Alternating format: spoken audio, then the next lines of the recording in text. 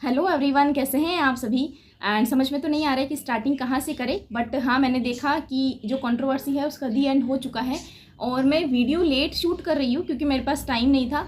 और मैंने भी सोचा कि अच्छे से फ्री होकर टाइम लेकर चीज़ों को मैं एक्सप्रेस करूँगी। कोई यूट्यूबर भी मेरा ये वीडियो देख रहा है तो इसे मेरी फीलिंग्स समझे, मेरी रिक्वेस्ट समझे, ये ना सोचे कि मैं किस फेवर में हूँ किस फेवर में नहीं हूँ। ठीक है, अब देखो, सबसे पहले मैं बात करती हूँ कि मैंने एक्सपेक्ट नहीं किया था कि इन सारी कंट्रोवर्सीज़ में नेहा दीदी बीच में है या वो बीच में आ सकती हैं। ठीक है, लेकिन उनकी जो कम्युनिटी पोस्ट थी जो कि कमेंट्स के बारे में थी, ठीक है, कम्युनिटी पोस्ट इतनी इजीली मैं नहीं चेक कर पाती हूँ, लेकिन हाँ मुझे किसी के थ्रू पता चला।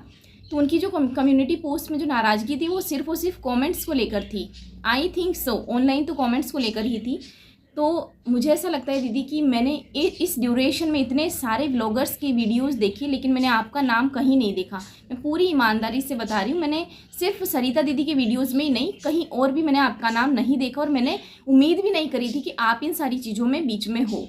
हाँ, मैंने ये ज़रूर सोचा था कि आपके लिए सरिता दीदी और सचिन भैया दोनों एकदम इक्वल हैं, बराबर हैं, इसलिए आप इन सब चीज़ों में नहीं बोल रहे हैं। लेकिन ऐसा नहीं हुआ। आपकी जो नाराज़गी थी वो सरिता दीदी की तरफ बहुत ज़्यादा रही है। अब मुझे नहीं पता कि सारी चीज़ें सिर्फ ऑनलाइन डिलीट हुई है या ऑफलाइन भी मेंटली भी डिलीट हुई है। और इनफैक्ट मैं तो सबसे मिली हूँ, नेहा दीदी से, सचिन भैया से। मैं रियली ऑनेस्टली बता रही हूँ, सामने से मुझे कभी भी नहीं लगा कि इनके रिलेशंस में ऐसी कोई चीज़ें है या ऐसी कोई चीज़ें हो सकती है। ठीक है, अब मैं बात करती हूँ कि क्या सरिता दीदी हार गई इन सब चीज़ों में। क्या उनके वो सच में झूठे थे, उनके पास में कोई प्रूफ्स नहीं थे, कुछ नहीं था। तो देखो, आप सब ने वो बात ज़रूर सुनी होगी कि जीवन में एक बार ये हुनर हमें ज़रूर आजमाना चाहिए कि जंग अगर अपनों से हो तो हार जाना चाहिए। और शायद मुझे ऐसा लगता है कि सरिता दीदी और जेठू भैया ने सोचा कि मौन धारण करना, साइलेंट रहना ही इस वक्त सबसे ज़्यादा बेस्ट रहेगा, क्योंकि सारी चीज़ें सरिता दीदी के साथ ना बहुत तरफ से आई, अचानक आई। जब उन्होंने बोला कि मैं 3 बजे वीडियो पोस्ट करने वाला हूँ मंगलवार को, तो उससे पहले सारी चीज़ें उनकी तरफ इस तरीके से बरस पड़ी कि मैंने खुद भी उम्मीद नहीं करी थी। और मुझे सच में उनके लिए बहुत ज़्यादा बुरा लगा। अगर इस पूरे कंट्रोवर्सी में सबसे ज़्यादा नेगेटिव कमेंट्स किसी को आए हैं या अभी तक आ रहे हैं तो वो सरिता दीदी और जेठू भैया, पूरी फैमिली है उनकी। मतलब सरिता दीदी को अभी तक नेगेटिव कमेंट्स हर यूट्यूब वीडियो में किए जा रहे हैं कि उनको माफ़ी मांगनी चाहिए, उनको ये करना चाहिए, उनको वो करना चाहिए, उनके पास कोई प्रूफ्स नहीं थे। देखो, वो ऐसे ही तो नहीं बोल देंगे कि मैं 3 बजे सारी चीज़ें आपके सामने शो करूँगा, लेकिन अगर उन्होंने बोला इसका मतलब वो अपनी बातों में पूरी तरीके से स्ट्रांगली खड़े थे। लेकिन कहीं ना कहीं जो भी सारे उनके अपने थे उन सब ने एक तरफ होकर अचानक से सारी चीज़ें उनके ऊपर इस तरीके से डाल दी कि उन्हें लगा कि शायद चुप हो जाना बेहतर है, क्योंकि ये जो पिक्चर है ना वो बहुत डर्टी बन गई थी। सरिता दीदी ने सोचा होगा कि अगर ये जो लड़ाई है जो ये अपनों से ही चल रही है, किसी टाइम पर तो देखो अपने ही थे, बहुत क्लोज थे, इन्होंने सब ने, मैं एक का नाम नहीं ले रही हूँ, सब ने एक दूसरों के लिए बहुत किया है, बहुत ज़्यादा, मतलब हर तरीके से हेल्प। ऑनलाइन इतनी करी है तो फाइनेंशियली, इमोशनली, सोशली पीछे से भी बहुत करी होगी, क्योंकि हर चीज़ देखो दिखा भी नहीं सकते ना वो लोग। अब उन्होंने ये सोचा होगा कि यार ये जो लड़ाई मेरी अपनों से चल रही है, किसी टाइम पर वो अपने हुआ करते थे, हो सकता है अभी भी हो, लेकिन मुझे ऐसा लगता है कि उन्होंने सोचा होगा कि ये जो लड़ाई चल रही है इसमें मैं अगर जीत गई तो जीत कर भी कहीं हार ना जाऊँ, इसलिए भी उन्होंने जो साइलेंस है वो अपना क्रिएट किया। ठीक है, वरना इतनी भयंकर कंट्रोवर्सी में कोई चुप नहीं रह सकता। सबने अपनी भड़ास निकाली, कोई इधर से कोई इधर से। अचानक जब पता चला कि 3 बजे उनका वीडियो आ सकता है या आने वाला है, उस टाइम से पहले सब ने मतलब हर तरफ से उनको ना घेर लिया कि हम भी देखते कि बोलती क्या है ये इस तरीके से करके। लेकिन पर फिर भी अगर सरिता दीदी ने बोला है कि 3 बजे वीडियो आएगा, मेरे पास सारे प्रूफ्स है, तो इतने स्ट्रांगली वो खड़े थे, इसका मतलब वो कहीं ना कहीं वो गलत तो नहीं थे। उन्हें गलत साबित किया गया, हर जगह किया गया और उन्हें हैरस भी किया गया, दबाया गया। ठीक है, लेकिन उन्होंने सोचा कि चुप रहना ज़्यादा बेहतर है। अब अगर मैं यहाँ बात करती हूँ कमेंट्स की, तो देखो कमेंट्स में बहुत लोग, पब्लिक बहुत कुछ बोलती है। मेरे वीडियोस में आप देखो व्यूज़ आपको अच्छे मिलेंगे, लेकिन कमेंट्स किसी के भी नाम का नेगेटिव नहीं, किसी के भी नाम का नहीं। अगर मैं किसी के फेवर में वीडियो बना रही हूँ और उसके सामने वाले के लिए नेगेटिव कमेंट्स है, मैंने तो वो भी नहीं रखे। मतलब ये कि कमेंट्स चाहे 0 रह जाए, लेकिन मैंने कमेंट्स नहीं रखे। लेकिन पर फिर भी पब्लिक ऐसी होती है कि इधर भी जाके पोक करना है, इधर भी जाके पोक करना है। अभी भी पब्लिक है ना, कुछ यूट्यूबर्स को फिर से कोई छोटी छोटी बातों पर पोक करवा रही है। कि ये इसके बारे में बोले, फिर ये इसके बारे में बोले। अब देखो कमेंट्स में ये भी सब था कि नेहा दीदी को पायल पहना, ये बहुत मतलब पुरानी बातें हैं। दूसरी ये ना मन का अटैचमेंट है, चाहते तो वो लोग शो भी नहीं करते, इन सब चीज़ों को शो करने की ज़रूरत नहीं थी। लेकिन हाँ, पब्लिकली अगर ये सारी चीज़ें शो करी है तो कहीं ना कहीं देखो उसकी रिस्पेक्ट हमें करनी चाहिए। पब्लिक से कह रही हूँ मैं ये बात कि आपको अगर हर चीज़ें शेयर कर रहे हैं, आप खुद कहते कि हमें भी शेयर करो दीदी, हमें भी भैया शेयर करो, तो फिर आप उस बात को बाद में इतना नेगेटिव ले ले, ये बिल्कुल भी अच्छी बात नहीं है। क्योंकि ये जो कमेंट्स हैं सीधे दिल पर लगते हैं। सही बात है, नेहा दीदी को ये सारी चीज़ें हर्ट हुई होगी, पिछली बातें जब याद आती है तो कितना हर्ट होता है। ये सरिता दीदी से भी आप पूछ सकते हैं, उनके बारे में उस जगह पर आप जाकर सोचिए कि उन्हें भी कितना बुरा लगा होगा। अभी तक अगर सबसे ज़्यादा नेगेटिव कमेंट्स मिल रहे हैं तो सिर्फ उसी फैमिली को मिल रहे हैं।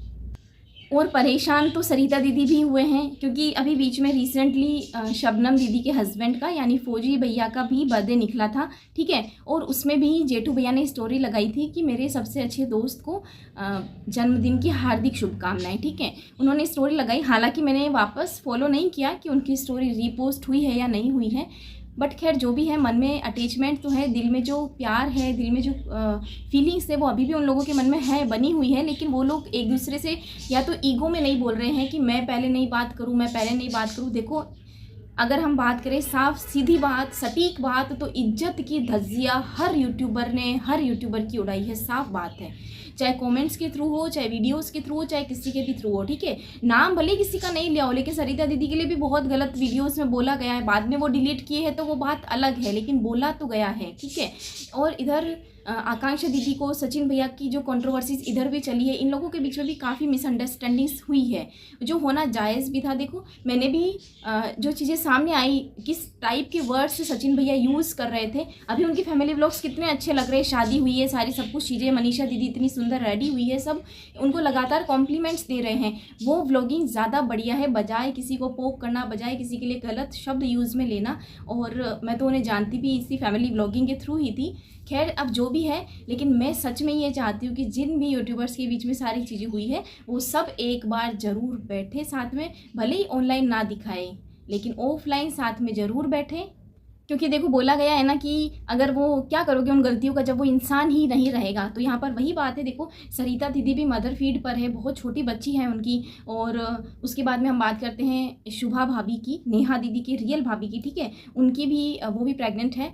एंड देखो मेंटली तो चीज़ें होती है। ताशी भी पूछती होगी मम्मा आप इतने गुस्से में क्यों हो, या मामा को क्या हुआ, या फिर उधर सेम बात सरिता दीदी की फैमिली में कि हेमंत पूछता होगा कि मम्मा को क्या हुआ, या उन लोगों को इन सब चीज़ों से अलग भी रखते तो भी देखो बच्चे फील करते हैं, बच्चे ना एक वो डिस्टेंस फील करते हैं अपने और अपने पेरेंट्स के बीच में।